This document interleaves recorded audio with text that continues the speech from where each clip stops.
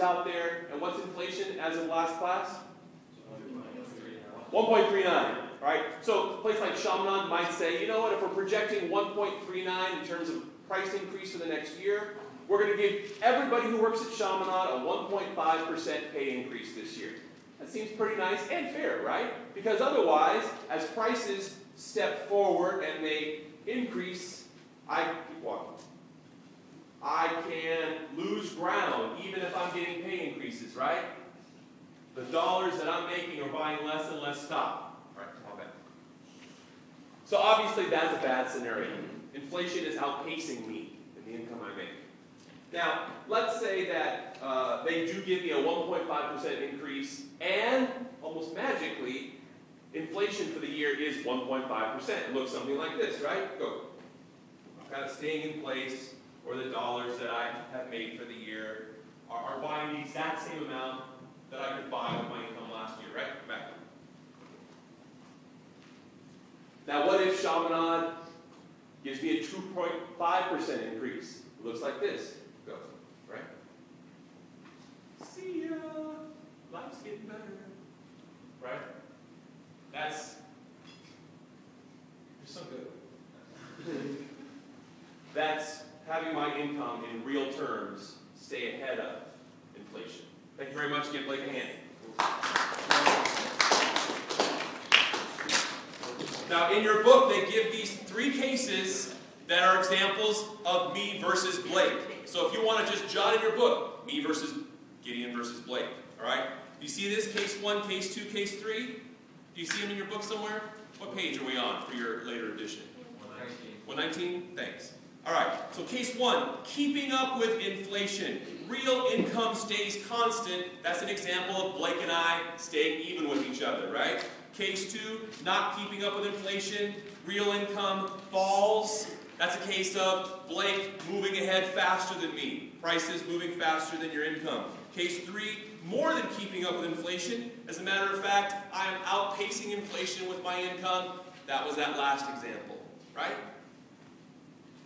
Now, they show separate kinds of calculations to see what the case is. If you're not comparing one person to another, you're just comparing one person's situation from one year to another year. And that's what those calculations are.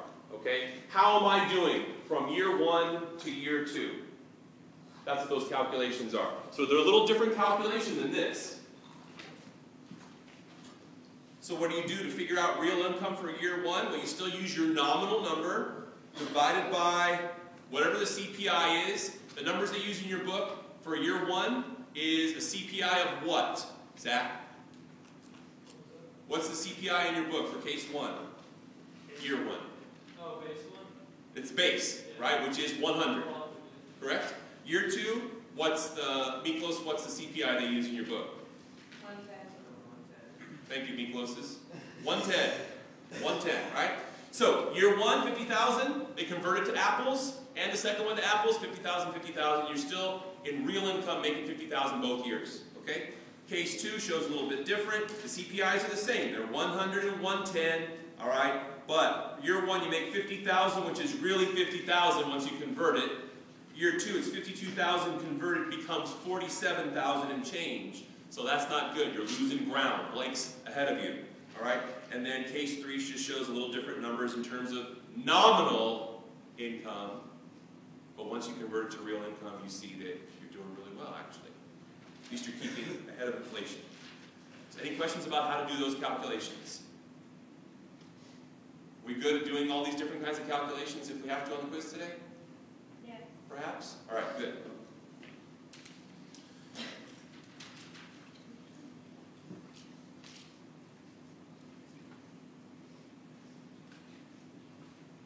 Let me ask you a question. So if President Kennedy made $100,000 for being the president in the mid to early 60s, and now Obama makes close to $400,000, who's doing better?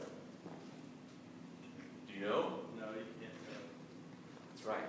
We don't care. We don't give a damn about nominal income, do we? That's right. Better know. It's all about real income. We have to get the CPIs in the 2 years, we have to convert, right? Then we really know who's doing better, who did better.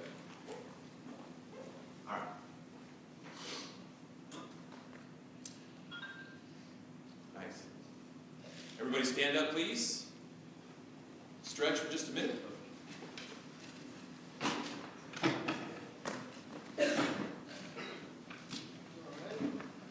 And I want to take a 2-minute break where everybody finds their own individual whiteboard. And the whiteboards are hiding behind that magic seat up there. And then there's a shoebox where Kobe's sitting on the floor back there that has pens and erasers. So I want everybody to get a board and an eraser, please.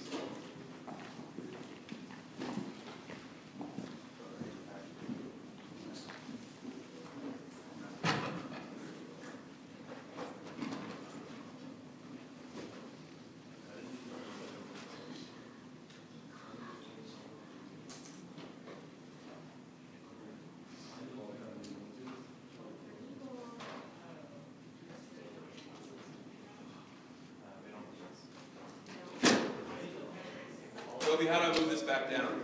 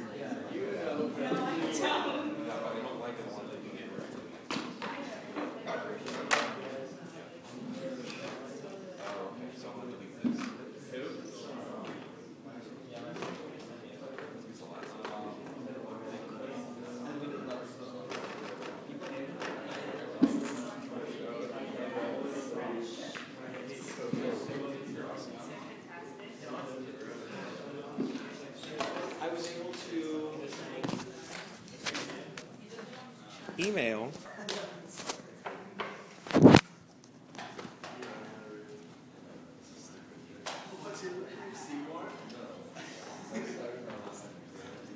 I'm going to give you an example, and I want you to work it out on the whiteboard right now. Let's say that it's Frank.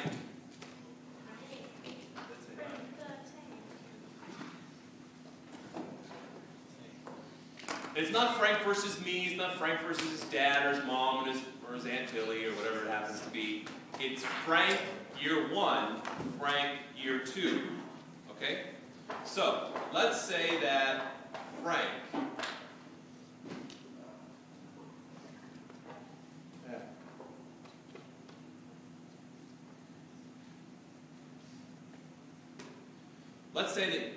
in year 1 made $10,000. No offense, Frank. You're going big. You're going big places. Not yet, though. You're young. Okay. Year 2, he makes. What are you going to say, Frank? 10,000 of one. Give us something relatively realistic. Not a pay raise of $20,000. 17,000. All right. Set himself up for victory. All right. 17,000. Now, let's say that in year 1, the CPI was 195.3, and then in year 2, it was 201.0. How's he doing? Sure. Although on an actual exam, my exam or the AP exam, can you use calculators? No. How are we supposed to calculate? You're going to get simpler numbers to do long division. But you need to be prepared for the possibility of doing long division. It's okay. You can do that. I believe in you. My son knows how to do long division, and he's not a brilliant mathematician. He's in 4th grade. You might not be in the habit of doing it, but you got to get the rust off. You have to be okay with doing long division.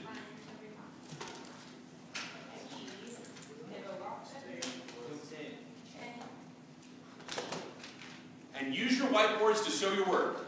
All right? So I want to see Frank year 1, Frank year 2. What was his nominal income for each year? What was the CPI? And then convert it. And let's see what the story is for each year. What is his nominal income? Real income. We don't care about nominal. It's just a tool that we use to get to reality. We want to know what his real income is for both years.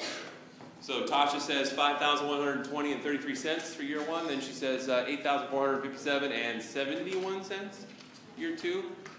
Looks like at least one person agrees with you.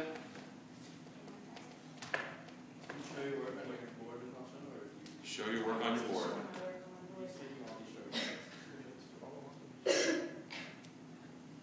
You don't have to show the long division on your board, but you need to show your work.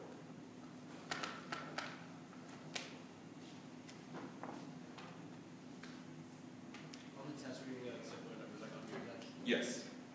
Somewhat simpler. Enough where it's reasonable to expect you to be able to do it without a calculator. It's not going to be easy. You're going to have to work, but it won't be ridiculously hard.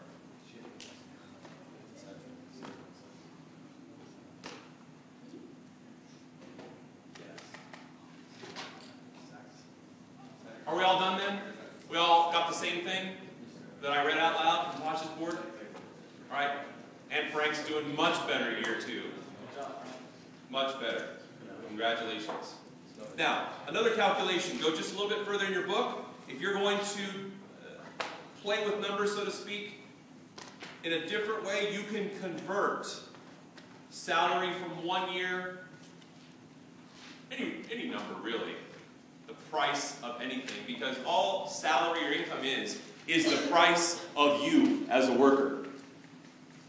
Correct? If I agree to a contract that's going to pay me $60,000 to teach it at Chaminade, then that's the price I'm charging for my services. So even though we're talking about converting nominal income to real income, we can convert the nominal price of anything.